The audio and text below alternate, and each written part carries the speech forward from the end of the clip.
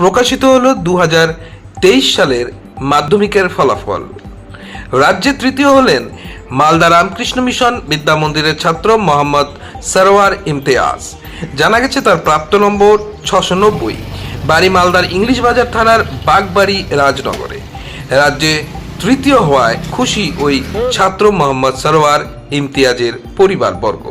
এ বিষয়ে ওই ছাত্র জানান, তিনি আশা করেছিলেন 1 থেকে 10-এর মধ্যে থাকবে, কিন্তু এত ভালো রেজাল্ট হবে ভাবতে পারেনি। প্রত্যেকটি বিষয়ের উপর তার একজন করে শিক্ষক ছিল।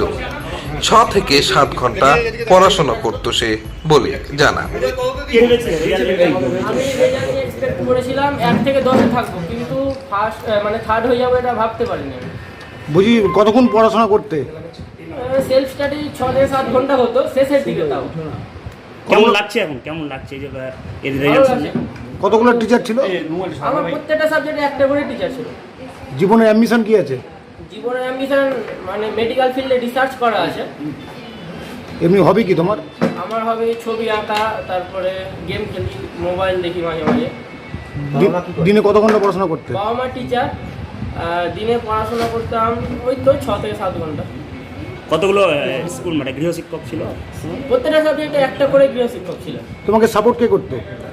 আমার বাবা মা প্রচুর সাপোর্ট করেছেন। তারপরে যদি যাদের কথা না বললেই নয়, আমার মামা মামি, দিদা, দাদু, ঠাকুরমা, ঠাকুরদা সবাই, প্রত্যেকের, আমি ফ্যামিলি সাপোর্ট ছাড়া এটা করতে পারতাম না। তুমি কতটা আশা করেছিলে যে এইরকম রেজাল্ট হবে? আমি রাজ্যে 1 থেকে 10 আসবো এটা শিওর ছিলাম, কিন্তু থার্ড হয়ে যাবে এটা ভাবতেই পারিনি কোনো ব্যাপার। তোমার প্রিয় সাবজেক্ট কি? হ্যাঁ, ফেভারিট সাবজেক্ট আমার ফিজিক্স।